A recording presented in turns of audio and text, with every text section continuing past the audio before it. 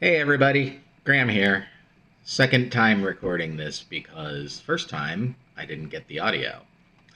So, yay, more technical brilliance from Graham O'Keefe. But we have some Chris Chan news. As I mentioned in my last video, his grand jury hearing was yesterday, and we have some information coming out from the grand jury. So what you're seeing here is the court record, and you can see that the hearing is listed as no indictment presented, continued. Now, it's tempting to look at that and think that it means that Chris was not indicted. And in fact, he was not indicted, but it's not like the grand jury deliberated and decided not to indict him. They basically, there's a continuance.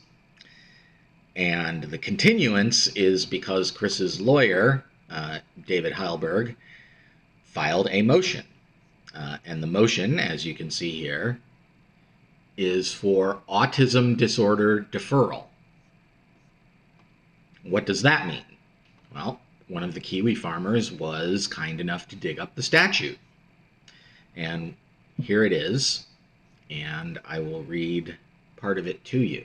If the facts found by the court would justify a finding of guilt, the court may, if the defendant has been diagnosed by a psychiatrist or clinical psychologist with 1, an autism spectrum disorder as defined in the most recent edition of the DSM, or 2, an intellectual disability as defined in another code section, and the court finds by clear and convincing evidence that the criminal conduct was caused by or had a direct and substantial relationship to the person's disorder or disability, without entering a judgment of guilt and with the consent of the accused after giving due consideration, blah, blah, blah, the court may defer further proceedings and place the accused on probation subject to terms and conditions set by the court.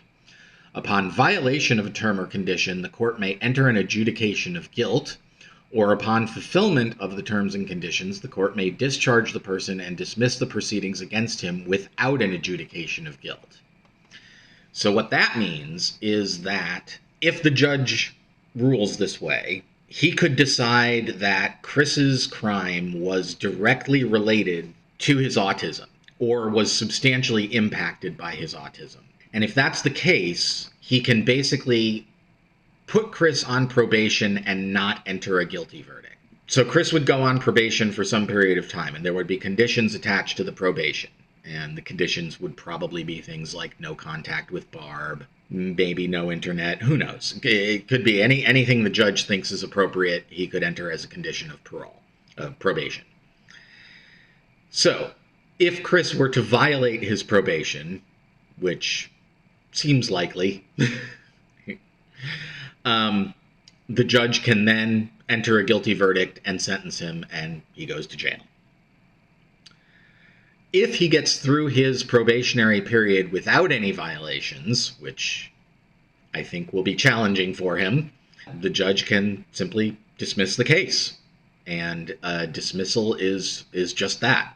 He basically throws the case out. It's as if it were never brought. So there it is. That's the news. We have, in the span of several days, gone from Chris will almost certainly get out to Chris will almost certainly do time to Chris could get out. So I certainly wasn't expecting this. Someone more familiar with the Virginia Criminal Code would probably might have anticipated this, but I certainly didn't. So another twist. So honestly, we've had more entertainment out of Chris in the past week than we have in the previous year. So there it is. Any developments in this case, I will of course let you know. I hope you're as entertained by this as I am. I don't know what else to say. I'll see you in the next one. Talk to you later. Graham out. Bye.